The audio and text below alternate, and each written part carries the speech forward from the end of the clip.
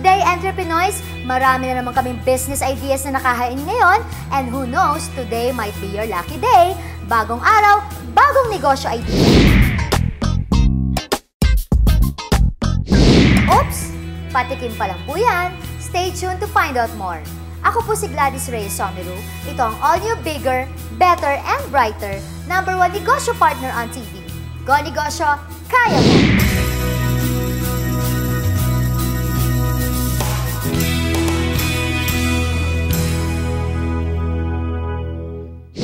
Sa pagtatayo ng business, hindi kinakailangan na malaki kaagad ang kapital. Maraming businesses dyan na nagpo-provide ng livelihood for other people. And guess what? May mga businesses na nagpo-provide ng business para sa mga tao. Let me introduce you to one-of-a-kind, 100% Filipino business. First Food Link Distributors Incorporated. First Food Link Distributors Incorporated is a company offering everyday Filipino favorite food of premium quality at affordable prices. It also gives an opportunity to people who may want to start a business in the food industry. We offer kasi business packages, no, for those people na gustong magnegosyo. We can have a business for as low as 1,888. Bakit namin naisip mag-offer nun? Para makatulong din sa regular Filipino people, no? Madami sa atin, madalas, kung hindi man lahat, gusto magnegosyo, no? Nagtatrabaho tayo, pagkatapos natin mag-retire, sasabihin nila, anong negosyo ang papasukin natin? Because after 25 years of working, hindi po pwedeng nasa bahay ka lang at wala kang ginagawa. Yung iba naman, because of the hirap ng buhay, no, kailangan nila makahanap ng sideline para additional income nila. No? Dito sa amin, that's why you offered it. Kasi ito naman yung kinakain ng Pilipino maya-maya, di ba? Mula almusal, merienda, tanghalian, merienda uli hanggang hapunan. No? Plus, paborito rin ng mga bata. So, para rin makatulong sa budget ng ordinary Filipino household.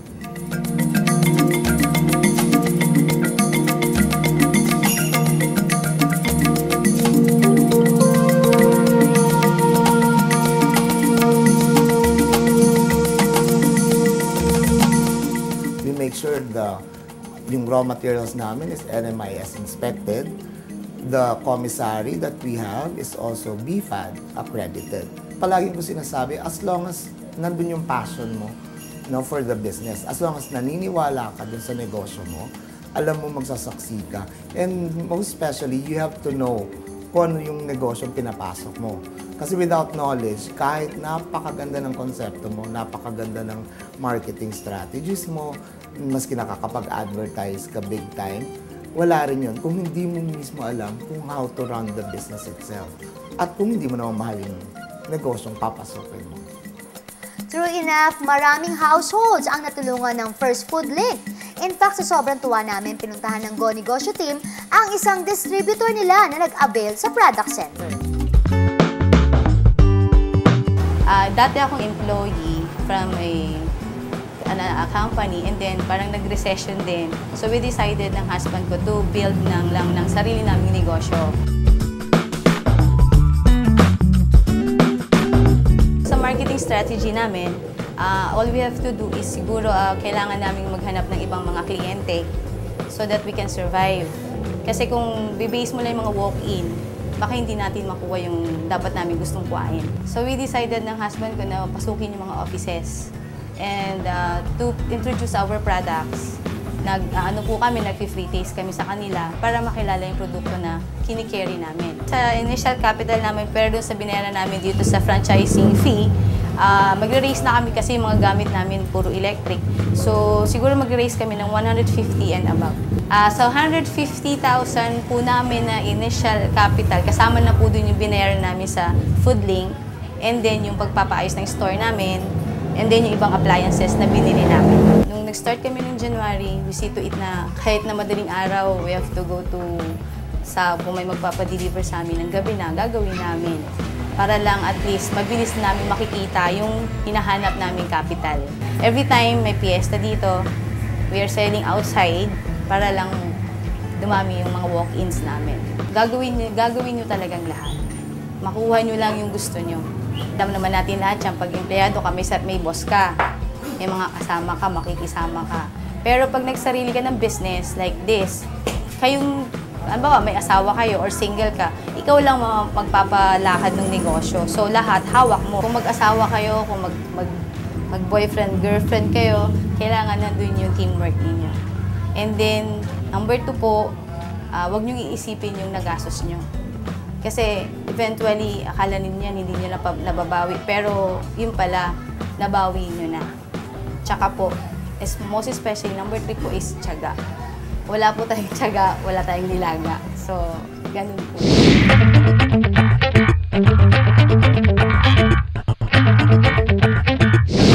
Ang tanong is, magpaparehistro ba at gagastos ba? Unang-una, ang aming principle at advice lagi dito is, do it right the first time. No? So, dapat nakarehistro lahat ng negosyo. Hindi ka lalaki kapag ikaw hindi rehistrado. Kung sa tingin mo naman, ikaw ay nakakatipid, saan ka nakakatipid? Napakamura po magrehistro sa DTI. No? Kung kay sole proprietorship lang, no? Ang gagawin mo lang po, pupunta ka sa DTI, magsasubmit ka ng mga 5, 6 na pangalan kasi baka sometimes nagkakapareho, no? So, dapat pagpunta mo doon, handa ka sa mga at least 5 business names na gusto mong ipangalan sa iyong negosyo.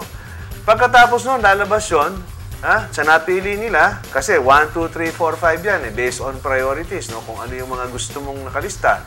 Kung number 1 na-approve at wala kang kapareho, rehistrado ka na. You're already registered sa DTI at napakamura po nun.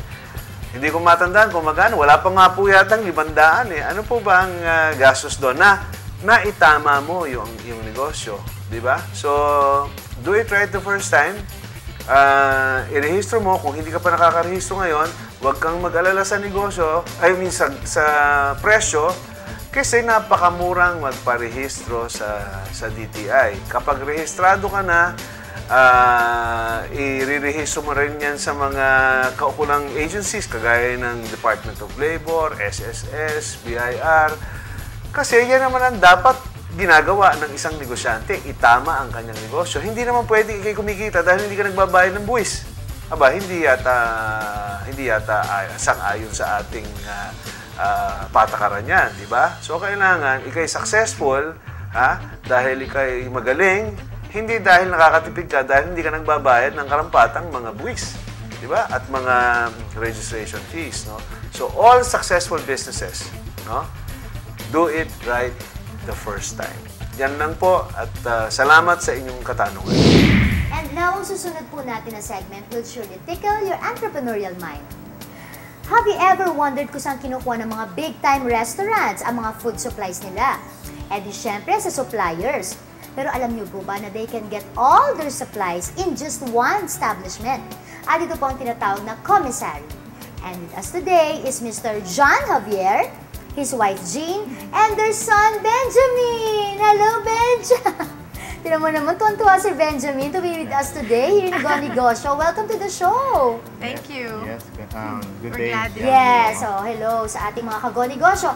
Anyways, ako talaga naman, tuwan-tuwa sa akin si Benjamin, no? Bago matuwa ng lubusan si Benjamin sa atin, paki-explain naman sa ating mga viewers, ano po ba talagang ibig sabihin itong commissary, Mr. John? Okay, ang commissary basically is a back-end supply, no? We supply restaurants, hotels, franchisees.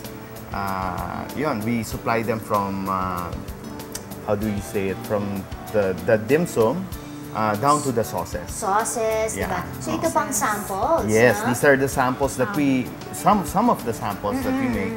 Actually, sobrang dami yung line of inventory namin. And ayun. So kasama na dito yung mga eat all you can restaurants, Yes. dito ba? Yes. So, carts. Wow. food carts, okay. So, Home-based businesses. home-based businesses, what they do is basically, eto, pagka umorder ka sa amin, it takes out the, paano ba masabi yun? Yung pagod mo kasi sometimes pag mamamalengke ka pa ng 4 o'clock in the morning, di ba? Para mag-prepare sa pagkain. At the same time, you start to, how do I say it? I-prepare mo pa yan. I-prepare mo pa. Tapos saka mo ibebenta. At the end of the day, pagod na pagod ka na.